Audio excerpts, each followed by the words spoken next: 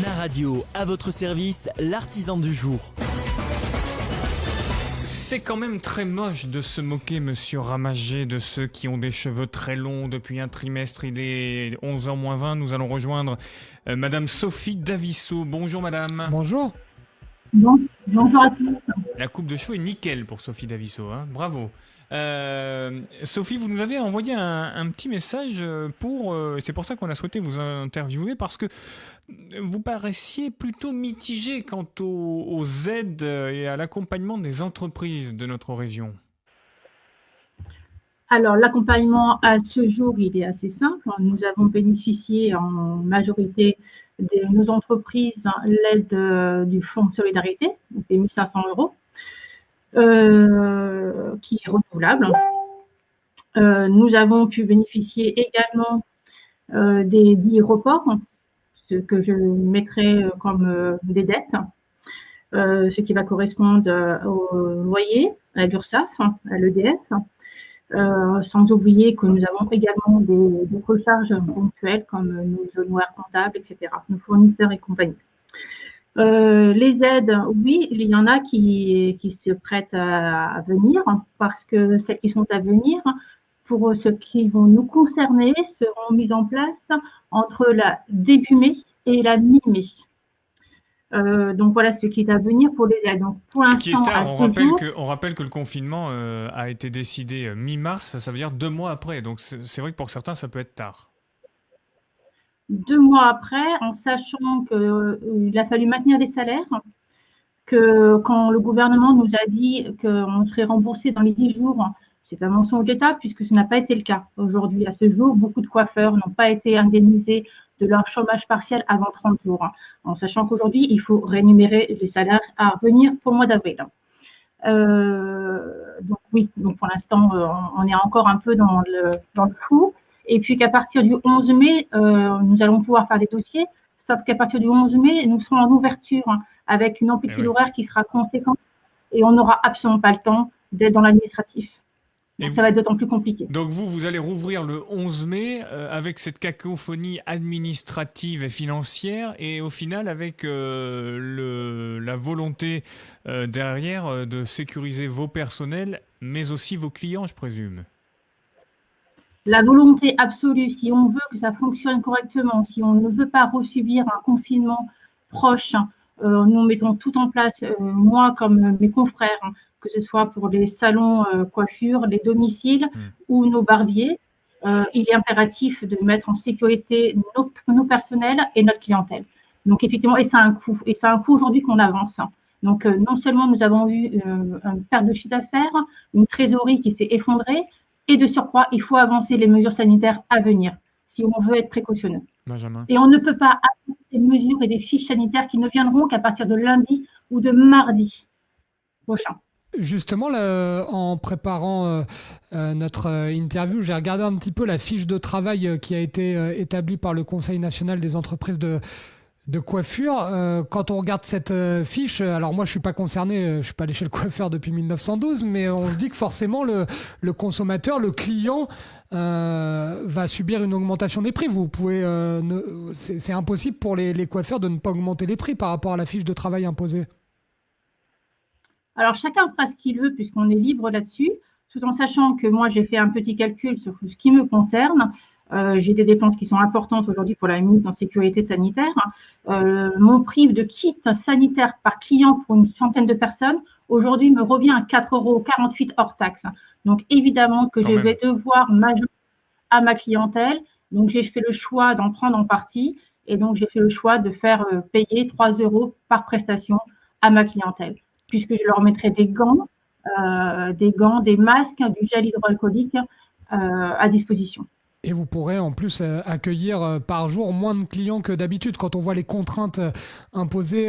Donc ça fait aussi moins de clients potentiels. Et la bonne nouvelle peut-être, Sophie, quand on regarde les chiffres, il y a quand même 60% des Français qui comptent aller chez le coiffeur dans la semaine qui suit la réouverture du salon. Donc les gens sont vraiment en attente là. C'est simple, nous on a ouvert notre planning lundi dernier. À ce jour, j'ai quasiment 2 semaines pleine sur mon panier de coiffure. Alors, j'ai la différence que j'ai un complexe, mais le côté coiffure est quasiment rempli à 2 semaines à venir, avec une amplitude horaire élargie à 60 heures par semaine. Donc, si on rajoutera un problème d'heures supplémentaires, comment ça va se passer? Est-ce qu'elles seront défiscalisées? Est-ce qu'elles ne le seront pas? On n'a pas de certitude aujourd'hui. Par contre, on doit gérer un planning qui va arriver. Et vous allez avoir des coupes pas évidentes parce qu'on va faire un petit peu d'humour dans cette émission. Mais quand on voit sur les réseaux sociaux le nombre de ratés des gens qui ont voulu se coiffer eux-mêmes, vous allez devoir redoubler d'ingéniosité pour rattraper certaines coupes, hein, Sophie. On va prendre ça avec beaucoup de sourire et de bienveillance auprès des gens et qui vont comprendre que notre métier est une vraie profession. Oui, ça c'est sûr. Ça c'est vrai, ça on est bien d'accord. Il y en a beaucoup qui s'en sont rendus compte. Ouais. On est d'accord. Sophie, juste une question également. Vous parliez donc du rallongement du temps de travail. Grosso modo, vous avez prévu de faire quels horaires du coup? Alors, pour ce qui est de mon entreprise, mais ce qui va être étendu, je pense, pour beaucoup de coiffeurs, si on veut pouvoir fonctionner, nous avons décidé d'ouvrir l'amplitude horaire jusqu'à 20h tous les soirs, tous les jours de la semaine, sauf le samedi. Nous allons fermer à 19h. Beaucoup font de 8h à 20h. Ce qui ne sera pas possible sur la durée, puisqu'on est quand même 70% de mes collègues de travail national, où nous sommes des femmes. Donc, il va bien falloir penser que nous avons aussi des enfants à gérer avec plus ou moins des difficultés selon nos situations.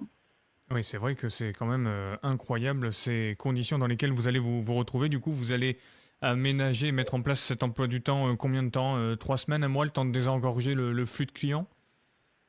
3 semaines, en sachant que voilà, la difficulté, ça va être vraiment nos enfants, comment on va les gérer. Se rajoute qu'effectivement, moi, j'ai une enfant qui a la maladie de Crohn, donc c'est d'autres soucis à rajouter. Oui. Je ne suis pas la seule en avec des complications qui vont se rajouter sur notre amplitude horaire qu'il va falloir gérer, surtout si on veut rattraper un minimum de chiffre d'affaires pour le mois de mai. On ne rattrape pas ce qu'on a perdu, en tout cas. Mais si on veut pouvoir faire du chiffre, par inquiétude également sur ce qui peut arriver par la suite, parce que nous n'avons aucune certitude, comme vous, comme moi, comme personne d'autre derrière, si on aura un déconfinement qui se passera très bien ou pas. Donc, on est un peu précautionneux sur l'avenir et soucieux de ça. Donc, on met en avant aussi cette amplitude horaire pour rentrer de la trésorerie. En tout cas, on entend les messages tomber sur votre ordinateur ou votre tablette. Les clients affluent en nombre visiblement. Si je veux venir me faire coiffer chez vous, c'est où? C'est 5 rue des Mariettes à La Rochelle, mais je pense que c'est pour tous les coiffeurs qu'il faut redynamiser tout le monde et soutenir toute notre profession. Qu'est-ce que vous pensez rapidement de la crise? Comment vous l'avez vécu? Parce que du jour au lendemain, tout s'arrête. Alors, comme on l'a vécu en règle générale, on l'a vécu comme une épée qui nous est tombée dessus et que tout seront fermés. Très surprenant puisque c'est inédit pour nous, notre génération. Donc voilà, c'est assez inédit, un peu une inquiétude. Voilà, comme je vous disais, j'ai une enfant qui est malade, donc c'était d'autant plus soucieux. La complication sur la rentrée scolaire, mettre en place plein de choses. Donc oui, c'était une épée, des mesures inquiétantes pour tout le monde, mais après il faut relever et puis être optimiste et se dire que on ne sera certainement plus comme avant. S'adapter. C'est surtout essayer de s'adapter au mieux et remettre les choses avec une actualité comme elle est aujourd'hui. On sait qu'il y a aussi une dimension sociale chez le coiffeur. Vous êtes aussi des confidentes, des confidents pour les coiffeurs. Il y a un vrai rôle aussi vis-à-vis des personnes seules. Vous vous attendez du coup à devoir évidemment encore plus que d'habitude jouer ce côté social quand ça va réouvrir? Évidemment que ça va être une oxygénation pour les gens de pouvoir ressortir, revenir dans des instituts, des salons de coiffure comme les nôtres. La confidence va être plus particulière. Masquer, ça va être plus compliqué. Donc, on va être ingénieuse de trouver des idées pour que les gens puissent se libérer. Et je pense que ça va leur faire aussi beaucoup de bien de se re-sociabiliser, de recréer un contact. On a un auditeur, Jérémy, que je salue parce que c'est assez drôle. Il dit « Benjamin qui parle coiffure, c'est comme si Nicolas parlait de rasage. » Bon, nos auditeurs sont sympas, vous avez remarqué, Sophie. En tout cas, merci infiniment de nous avoir accordé de votre temps ce vendredi 1er mai.